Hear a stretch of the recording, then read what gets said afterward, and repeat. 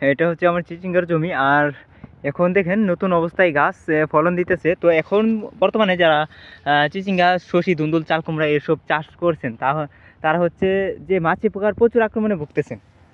এটা স্বাভাবিক। এই যে দেখেন, এই আমার যে আগের যে জালিগুলা, এগুলাতে দেখেন যে আগের জালিগুলা, এগুলোতে মাছি পোকা আক্রমণ করছে, যে কারণে ঢাকা হয়েছে। এখন বর্তমানে নতুন যে জালিগুলো আসতেছে এটাতে কোনো রকম মাছি পোকার আক্রমণ নাই, কারণ আমি এখানে ফেরামন টেপ ইউজ করছি এবং নতুন একটি ডিবির মাধ্যমে ইউজ করছি। দেখেন মাশাআল্লাহ, একটা জালিতেও কোনো রকম কোনো স্পট নাই।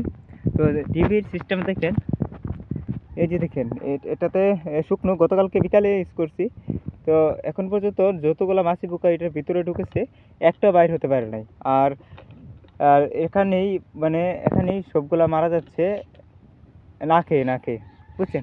তো এটা এমন একটা সিস্টেম করা হয়েছে, এটার ভিতরে প্রবেশ করা সহজ কিন্তু বাইর হওয়াটা অনেক কঠিন। তো আজকে আমি ধুন্দুল কাটছি, তারপরও ফলনটা মোটামুটি কম কম হচ্ছে আর কি।